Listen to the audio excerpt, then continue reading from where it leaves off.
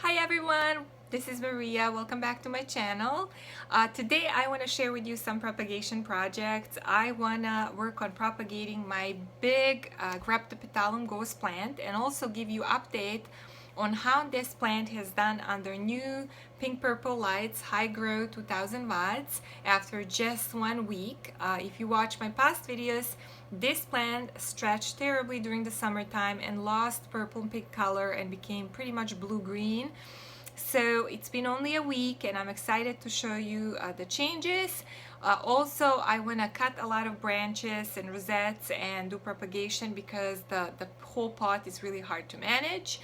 I also have a few echeverias that I want to propagate with you today. So let's start. So first guys, I wanted to show you the beautiful pink color that this plant has started getting. And to compare to the one that hasn't been under lights, I want to show you how much more blue it is compared to this one. And this is just 1 week. But as you can see, this is a huge pot. And it takes a lot of space and gets hit all the time.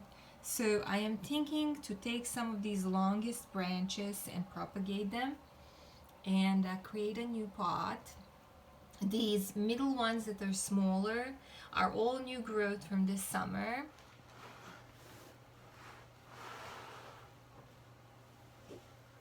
I'm carefully moving this monster plant. All right. And then I'm going to just kind of go around and start cutting some of these branches. It's funny how some of these leaves stayed blue that didn't get light. And as you can see, there's a lot of dried up leaves. But the ones here on top are just beautiful color. All right. Okay, so this one is kind of sticking out, so I'm gonna cut it off. So here is the first one.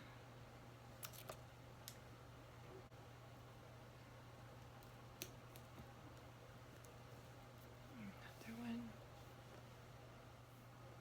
So I have a lot of pieces cut off here so far, but I'm gonna have to cut even more. And you can see some of them already have a little pink roots. I might need to cut them a little bit further up because they're too long. And to remove some of these leaves on the bottom, because there is a lot of spacing between the leaves, I want to get a more compact look on top, so that's what I'm doing right now. And then I have a pot with a completely dry soil mix, succulent mix, and I have a rooting hormone. So I'm gonna dip each cutting in the rooting hormone and I'm gonna put it directly in the soil.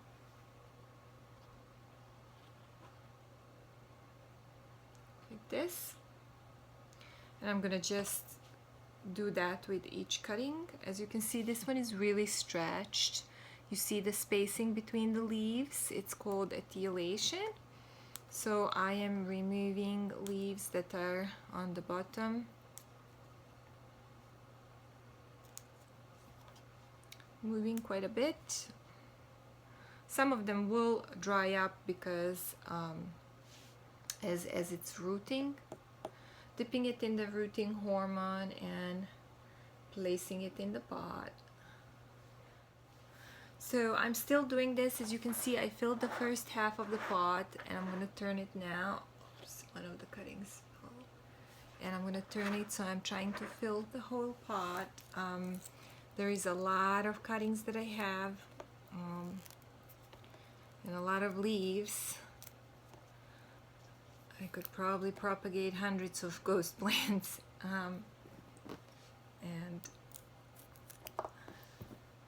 some of these cuttings that were taken from the bottom of the big pot, they don't have a lot of color because they were like, yeah, it was a little bit away from the source of light so they don't look in the best shape. Like you can see, this one is pretty blue and stretched.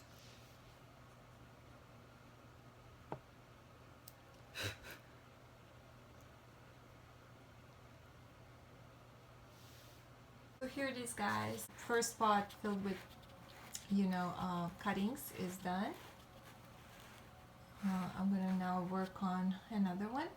So here it is, guys. After I have trimmed it a bit, I actually got 3 pots of cuttings. One pot here, one here, and another one over here. So I'll keep you updated on the rooting process. Another one that I want to propagate today is this echeveria raindrops. It was really large. You can see from these bottom leaves when I got it from Emily from Succulent Greenhouse channel, and it really stretched during the summer because it was outside, not under lights. And when I put it back under lights, it started to get on top more compact look. So I'm gonna cut off this top that's more compact and then let the stem possibly grow some rosettes. So I'm gonna go underneath here. I think this is gonna be a good place to cut. Try not to touch much so I don't damage the leaves. I mean, take the film off of leaves. I'm removing some of these bottom leaves so it can root.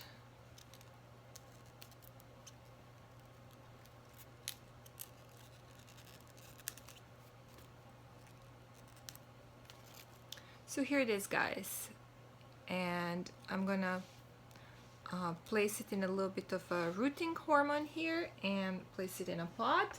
And this stem, I'm gonna remove the debris, but I'm gonna leave these leaves that are healthy so that they can serve like a food for the new rosettes that can possibly grow. I'm really curious if it will grow new rosettes, so they usually do. So I'm gonna leave that under lights as well. So I just wanted to quickly show you how this echeveria raindrops cutting is doing. It rooted really quickly. It's been only a week and has little roots. I'm not gonna pull it out of the ground. And I wanted to show you how it's starting to have more compact look and big raindrops. And it's also getting a touch of pinkish color, which is really nice.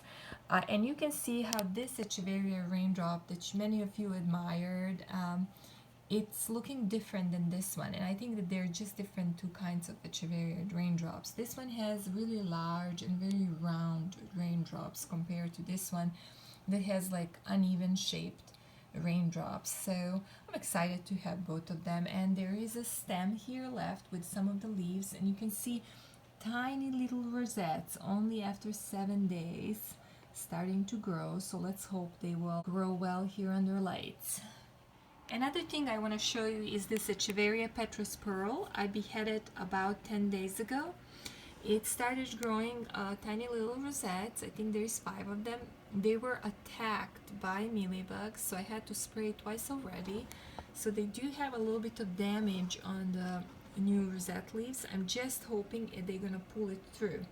They're adorable. I love watching rosettes forming on the stem, and one of the leaves is producing a baby as well. So they're here under fluorescent LED lights. I also beheaded this echeveria, I think it's Pearl 1 Nuremberg. It's growing 2 rosettes, and it's also attacked by mealybugs. I can actually see one right now, so I'm gonna have to spray those as well. As always, thank you so much, guys, for watching. Thank you for your wonderful comments and interesting questions. I will see you soon in the next video.